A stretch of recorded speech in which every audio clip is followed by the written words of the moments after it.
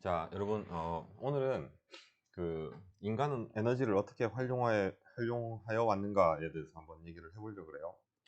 옛날부터 한번 얘기해 보려고 그랬었는데, 이거 같은 경우는, 그러니까 내가 만드는 비디오 자체가 그 기계공학을 공부하는 학부생을 이제 대상으로 그냥 공부하는데 이렇게 좀 도움이 되고 흥미를 느낄 만한 그런 내용들을 이렇게 만들어 가고 있는데, 수업 시간 이런 얘기까지 다 하면은 항상 진도가 매번 좀 이렇게 늦어지는 경우가 많아서 참 가끔 좀 안타까울 때가 있어요. 그래서 이런 유튜브 같은 게 좋은 것 같습니다. 이렇게 만들어 놓고 이제 관심 있는 학생들이 볼 수 있도록 하고 이제 수업 시간에도 한번 보라고 얘기도 해주고 그걸로 토론도 하고 이러면 좋은 것 같아요. 자, 결국에 이제 기계공학이라는 거는 내가 앞에서도 얘기했듯이 어떠한 형태의 일이나 에너지를 다른 형태의 일이나 에너지로 변환하는 장치들을 이제 대부분 우리가 기계라고 부른다고 얘기를 했었죠. 그래서 결국에는 이제 에너지와 관련된 건데 그 인류 역사가 물론 이제 기원을 어디로 두느냐에 따라서 무슨 이제 세포 단위로 두느냐 아니면은 이제 뭐 유인원부터 시작하냐에 따라 좀 다르긴 하지만 뭐 의미 있는 인류 역사가 한 뭐 몇만 년 정도, 보통 5만 년 근처로 생각하는 것 같던데 그 정도로 봤을 때 실제로 인류가 이렇게 기계를 이용해서 이렇게 문명을 이룩한 기간은 굉장히 짧습니다. 한 2, 300년 정도밖에 안 된 것 같아요. 그 긴 역사 중에서. 그래서 인간은 대부분의 경우에 어떠한 이제 생존 활동을 유지하기 위해서 항상 그 이렇게 스스로 일을 했었죠. 아직 이 툴을 내가 쓰는데 익숙하지가 않아서 스스로 일을 했었습니다. 대부분. 오늘 제목은 인간은 에너지를 어떻게 활용하여 왔는가고 스스로 일을 하거나 아니면은 이제 벽화나 이런 데서 보면은 굉장히 오랜 시간 전부터 이제 소나 말 같은 동물을 이용해서 밭을 갈거나 뭐 경작을 하거나 이런 식으로 해서 이제 생존을 유지해 왔었죠. 그죠? 음. 근데 이제 그 소나 말이나 자기 스스로 일하는 데는 어떤 능력이 좀 한계가 있습니다. 에너지 효율도 있고. 그래서 이제 과학이 발달하기 전에는 굉장히 직관적인 방법으로 자연계에 존재하는 에너지를 활용해 왔었어요. 그게 제일 간단한 방식이 뭐냐면은 예를 들어서 이렇게 바퀴를 만들고 떨어지는 물을 이용해서 이 바퀴를 돌린다든가 그 돌리는 것에 이제 뭐 어떤 링크 장치를 연결해서 얘를 움직이게 만들어서 여기서 이제 곡식을 뭐 빻는다든가 이게 이제 물레방앗간이죠, 그죠? 뭐 그런 식으로 하고 풍차도 비슷했어요. 풍차는 물이 떨어지는 것 대신에 이제 바람이 부는 것을 이제 많이 활용했었죠. 풍차가 날개가 이렇게 있으면은 그죠? 왜냐면 이게 곡식을 빻는다는 행위 자체가 옛날에는 굉장히 이제 그 곡식을 가공하고 이러는 게 굉장히 노동력을 많이 필요했었는데 이런 것들이 아마 그런 노력을 굉장히 줄여줬을 거예요. 옛날에 EBS에서 하던 어떤 다큐멘터리에서 그런 거를 본 적이 있어요. 이집트의 어떤 노예가 이제 죽어서 무덤에서 이제 화석으로 발견됐는데 다리 뼈가 굽어 있었다 그러더라고. 근데 다리 뼈가 굽은 게 이제 굽어 있는 게 선천적으로 그런 게 아니라 이제 그 사람 평생 이렇게 곡식을 이제 이렇게 쭈그리고 앉아서 이렇게 계속 가는 일만 했더니 이제 뼈가 모양이 변할 정도로까지를 했다. 그걸 보면서 아 그때의 어떤 그런 일반적인 어떤 평민의 인생은 굉장히 고단한 하루였겠구나 해서 생각보다 우리가 이제 과학기술의 문명을 혜택을 굉장히 많이 받고 있죠, 그죠? 그래서 풍차와 물레방 같은 경우는 풍차는 이제 바람의 압력차로 생기는 바람의 움직임을 날개에 그대로 전달하는 거예요. 이제 물레방 같은 경우도 그냥 물이 떨어지는 위치 에너지죠, 그죠? 물이 떨어지니까 바퀴를 돌린다. 이런 장치는 사실 이제 별로 그렇게 만들기가 어렵지가 않았을 겁니다. 여러분들도 뭐 어떻게 이렇게 뭐 하면은 대충만 그렇게 정밀도가 필요하지도 않고 적당히 만들 수가 있었을 거예요. 그래서 자연에 존재하는 에너지를 우리가 굉장히 자연적이고 직관적인 방법으로 이용할 수 있었죠. 근데 이제 이 두 가지 물레방 하나 풍차의 시스템의 문제가 뭐냐면은 이거를 작동시켜서 에너지를 우리 대신에 일을 하게 만들려면은 에너지를 변환해서 일을 하게 만들려면은 바람이 있어야 되고 항상 물이 있어야 돼요. 그러니까 이제 이걸 어디 갖고 가기가 너무 힘든 거예요. 사실은 이제 문명도 보면은 이런 자연적인 에너지원 특히 강 주변에서 많이 발달했죠. 물론 곡식을 키우는데 이제 물이 필요해서 뭐 그런 것도 있었지만 어떤 물의 흐름이라는 게 물이 이제 우리에게 생명도 주지만 우리가 마실 물도 있지만 그거를 그 근처에서 살면서 우리가 이런 아이디어를 더 쉽게 얻을 수 있었을지도 몰라요. 예. 근데 이제 그다음에 이때만 해도 이제 인류 문명은 그냥 뭐 비슷비슷하게 살아왔습니다. 근데 우리가 소위 산업혁명이라고 얘기하는 현대 시대를 가능하게 한 어떤 그런 개념이 이 산업혁명 때 등장하게 되는데 그 주역이 이제 누구나 다 말하듯이 증기기관이에요. 이 증기기관의 핵심은 뭐냐면은 어떤 이제 풍차를 돌리려면은 바람의 압력이 날개를 돌리는 게 필요하고 물이 떨어져서 이거를 이제 이렇게 바퀴를 움직이게 하는 게 필요합니다. 이게 뭔가를 움직이게 하기 위해서는 뭔가가 움직이는 뭐 바람이나 물이 떨어진 힘 같은 게 필요한 거예요. 근데 얘들은 우리가 갖고 다닐 수가 없어요. 장소를 옮기기도 힘들고. 근데 전기기관 같은 경우는 사실 옛날부터 이제 영국에서 광산 같은 데서 구멍을 뚫어 석탄을 캐내면은 지하수가 계속 이제 차는 거죠, 그게. 거기 원래는 이제 여기서 얘기했듯이 사람이 이제 물을 퍼날랐었는데 그게 너무 힘든 거예요. 그래서 원래 그거를 이제 전기를 이용해서 이제 대표적인 피스톤 실린더 시스템이죠, 그죠? 이런 식으로 피스톤을 놓고 여기 이제 전기가 열을 막 가하면은 전기 때문에 이 피스톤이 팽창돼서 움직이는 거예요. 이 움직이는 힘을 이용해서 물을 퍼내는 이제 장치를 이제 사용해서 쓰고 있었다 그러더라고. 커먼인가 이름이 뭐 인터넷 찾아보면 나옵니다. 근데 이제 그 제임스 와트, 여러분들이 잘 아는 제임스 와트라는 사람이 그거를 보고 이제 실제로 우리가 쓸 수 있는 좀 더 이제 컴팩트하고 완성된 형태로 완성시키게 되죠. 그래서 이제 그걸 갖고 여러분들 알다시피 뭘 했냐면은 그 천을 만드는 작업이 실을 이렇게 나열하고 실을 이렇게 사이사이로 껴야 되는데 이것도 굉장히 노동력이 필요한 산업 중에 하나죠. 그래서 방직 산업이 폭발적으로 이제 성장하게 됩니다. 왜냐하면은 이 증기기관을 이용해서 이제 동력을 움직이게 되고 거기 이제 링크 장치를 기계적으로 잘 구성을 했더니 이거를 기계가 만들어 주는 거예요. 여기서 핵심 뭐냐면은 자동이죠, 자동. 사람이 개입돼 가지고 최소한만의 개입으로 뭔가 계속적인 어떤 일의 결과물을 만들 수 있게 되는 거죠, 이제. 그러니까 이제 그 기존에 사람이 노동력으로 하던 거를 여기서 이제 어떤 증기기관 같은 기계 장치가 대처하게 되면서부터 생산이 폭발적으로 늘어나게 되는 거예요. 그러면서 이제 산업 쪽에 혁명이 일어났다. 그걸 이제 우리가 산업혁명이라고 부르게 되고, 그다음에 이제 비슷한 시기에 이제 전기도 등장하게 되는데, 뭐 요 시기만 해도 전기가 처음에는 사실 그렇게 크게 주목을 받지는 못했을 거예요. 그 토마스 에디슨이 전구를 개발하고 이러기 전에는 그냥 신기한 현상이다. 아마 뭐 이걸 어떻게 쓰지 그 정도 생각이었을 텐데 요게 이제 나중에 요런 열기관하고 결합이 되면서 또 세상을 여러분들이 알다시피 굉장히 크게 바꾸게 됩니다. 그래서 이제 일단 증기기관이 등장해서 증기기관 같은 경우는 열 에너지를 결국엔 열 에너지를 일로 변환하는 장치의 제일 기본적인 형태였어요. 그러니까 풍차 같은 경우는 바람이 부는 에너지를 운동 에너지로 변환하는 거고 물레방아 같은 경우는 떨어지는 물의 위치 에너지를 이제 운동 에너지로 변환하는 거죠. 그죠? 근데 증기기관 같은 경우는 이제 꼭 떨어지는 물이나 바람을 이용하지 않고 이렇게 불을 지펴서 열을 가해서 증기를 팽창시켜서 이제 물이 끓는 걸 보고 본 거죠. 이제 증기가 팽창하는 거를 보고 그 팽창하는 힘을 기계적으로 피스톤으로 이렇게 만들어서 밀게 하고 그거를 이제 움직이고 빼주고 시키고 이랬더니 이게 막 이제 일을 하는 거예요, 이제.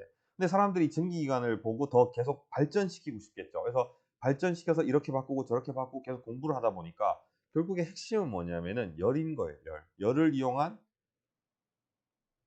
열 에너지를 이용한 팽창인 거죠, 팽창.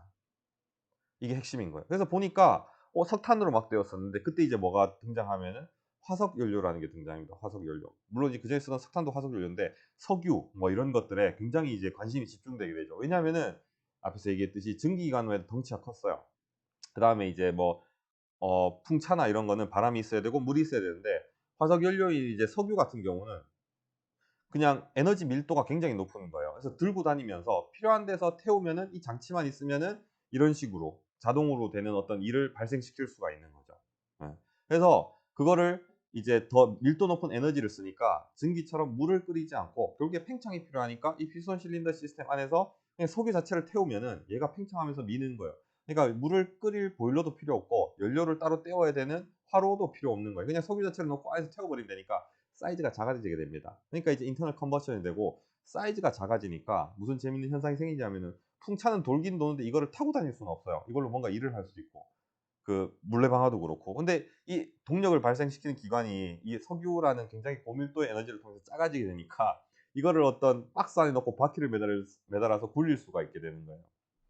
마찬가지로 전기로도 이제 그런 시도가 있었습니다, 당연히. 그래서 옛날에 전기기관차라고 있죠, 그죠? 보면은 이제 전기기관차로 전기를 떼서 이제 그 기차를 움직였는데 그때 그 시절에 전기차는 없었어요. 왜냐하면은 전기기관 아까 얘기했듯이 이제 필연적으로 보일러와 이제 물을 끓이는 보일러와 이제 그 열을 가하는 그 화로 이게 구별돼야 되고 그 효율이 그렇게 좋지 않았기 때문에, 그리고 그때 당시 재료에 대한 어떤 기술도 별로 발전이 안 되기 때문에 덩치가 굉장히 클 수밖에 없었고 그 굉장히 큰 덩치를 효율적으로 적용하기에는 기차, 열차 정도 되는 규모밖에 아니면은 그 증기선이죠, 배. 그렇게 큰 사이즈의 어떤 수송수단밖에 못 만들었던 거죠.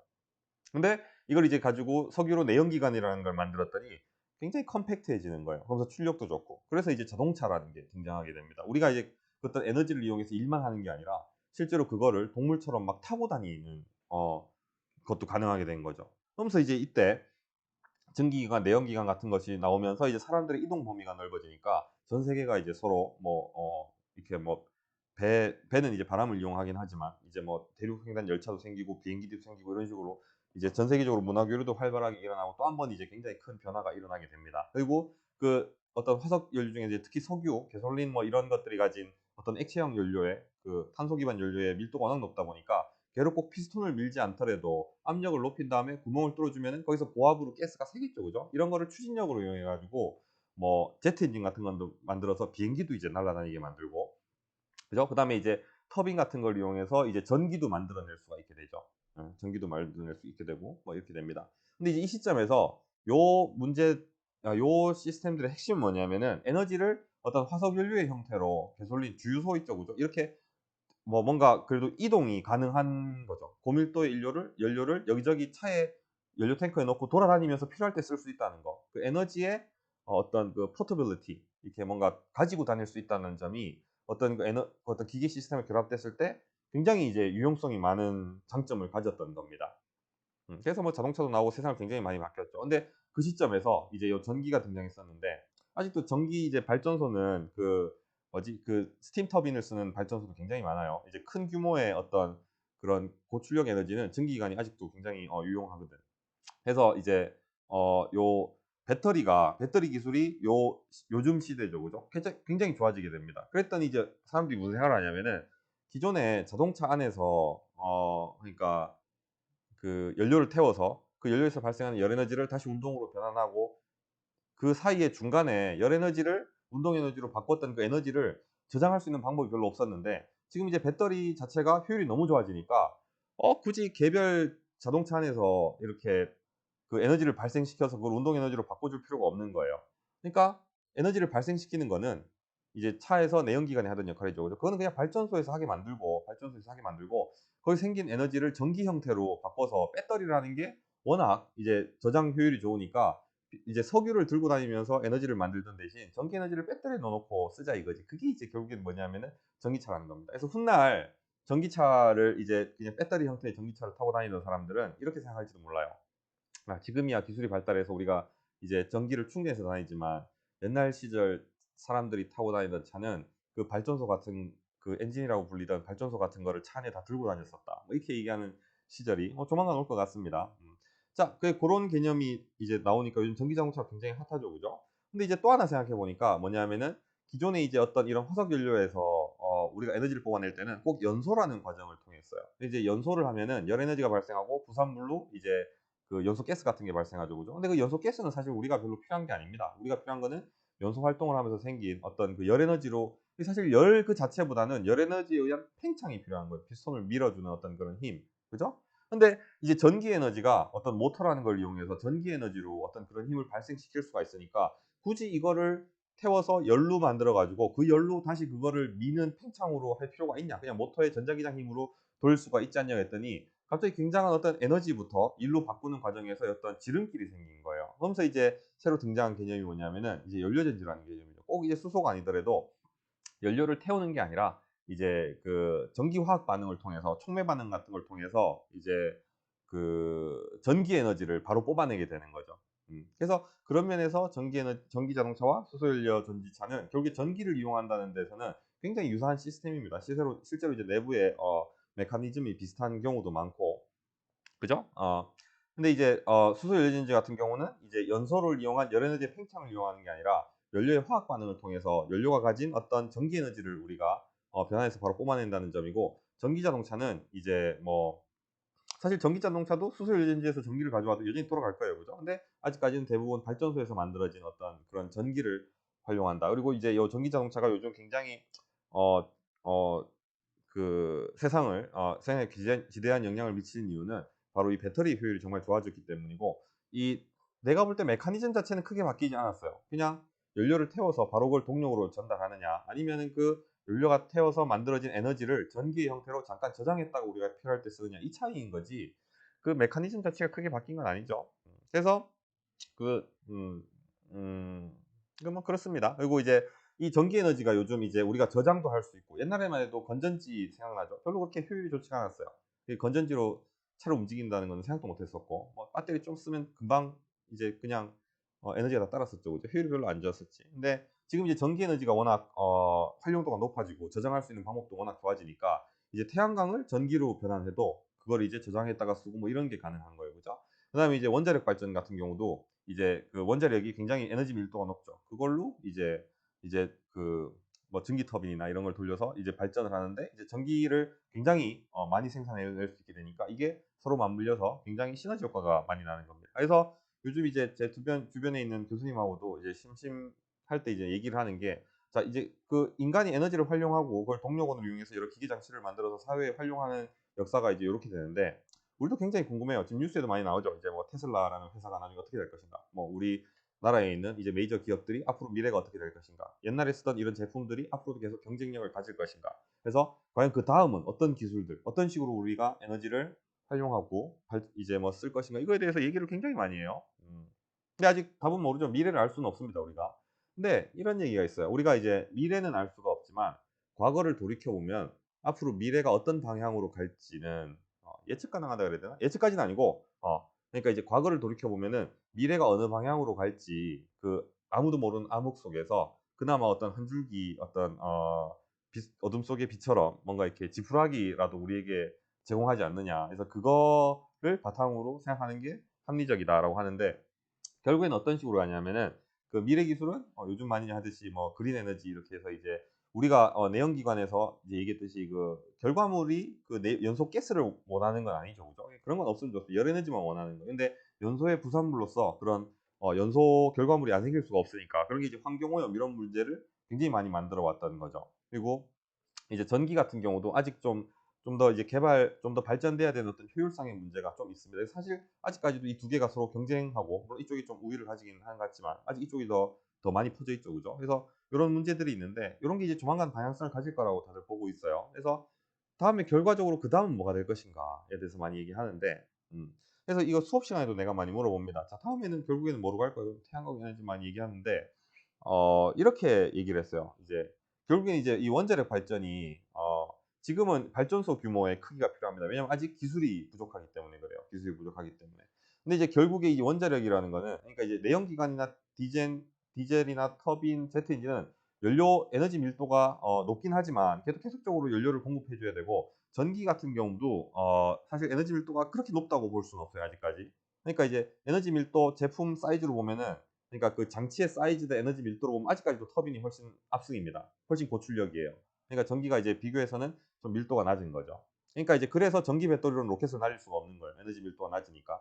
근데 사실 에너지 밀도가 굉장히 높은 게 이제 원자력 발전이에요. 이제 문제가 뭐냐면은 방사능. 방사능 있고 에너지 밀도가 너무 높아서 우리가 제어가 잘 안 되는 거예요. 잘못해서 터지면은 큰일 나죠. 그죠?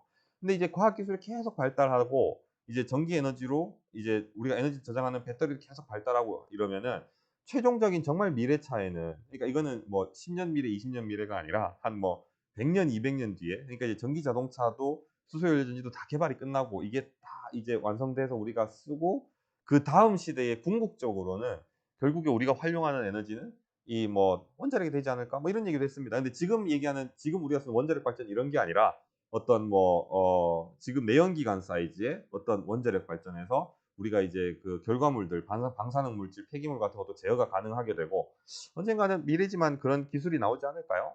그렇게 되면은 만약에 예를 들어서 뭐 원자력 발전으로 돌아가는 차를 만들었다. 그럼 그 차에서 쓰는 전기는 거의 뭐 무한대고, 예, 그죠? 그다음에 주유소 돌려서 기름을 넣을 필요도 없어요. 그 원자력 발전 그 연료가 거의 폐기될 때까지는. 그리고 그 원료도 굉장히 작을 것이고, 그죠? 예. 근데 재밌는 게, 그 내가 그 한 10년 전쯤에 재밌게 한 컴퓨터 게임 중에 폴아웃이라고 있어요. 핵전쟁 이후에 뭐 폐허가 된 미래를 돌아다니는 어떤 그런 막 게임인데, 좀 뭐 잔인하고 이제 뭐 이렇게 미성년자는 하면 안 되는 겁니다. 근데 요런 게임에서 이제 설정이 뭐 원자력이 잘 돼서 이제 자동차가 다 원자력 엔진을 쓰고 이런 식으로 게임의 설정이 돼 있더라고. 참 재밌었던 기억이 납니다. 그래서 이 뭐 말은 이렇게 하지만 어떻게 될지 모릅니다. 우리가 전기를 또 원자력 발전이 아니더라도 지금 우리 인간이나 동물이나 나무 나뭇잎 같은 경우 있죠, 그죠? 뭐 그런 경우에도 결국에는 태양 에너지나 아니면 먹은 음식을 바탕으로 안에서 연소를 통해서 내연기관처럼 이제 열 에너지를 일로 변환 안 하죠. 우리는 이제 전기화학 반응을 통해서 에너지를 이제 받아냅니다. 그리고 우리가 그렇게 진화한 이유는 아마 그게 제일 최적화된 에너지 활용 방식이기 때문에 그럴 수도 있어요. 아직 우리 과학의 어떤 이해가 자연을 많이 못 따라가고 있죠, 그죠? 그래서 궁극적으로는 어떤 바이오 에너지처럼 우리가 마치 음식을 먹으면은 그게 이제 내부에서 이제 전기화학적 반응을 통해서 이제 우리가 쓰는 이제 몸을 움직이는 전기 에너지도 바뀌고 화학 에너지도 바뀌고, 그러니까 이제 그런 메커니즘을 최종적으로는 기계로도 구현할 수 있지 않을까. 뭐 그런 생각도 많이 합니다. 그래서 그런 에너지의 발전 방향, 과거의 어떤 에너지나 어떤 시스템의 발전 방향에 맞춰서 미래의 발전 방향은 과연 어디로 갈지, 뭐 이런 거를 생각해 보는 것도 굉장히 재밌고, 이런 관점에서 미래 공상과학 영화 같은 것들이 있죠, 그죠? 뭐 어벤져스라든가 아니면 뭐 프로메테우스 뭐 이런 영화들, 그런 데서 그려지는 미래상들, 그런 걸 한번 보는 것도 굉장히 재밌는 것 같아요. 이런 걸 생각하고 전공 공부를 하면은 좀 더 재밌지 않을까.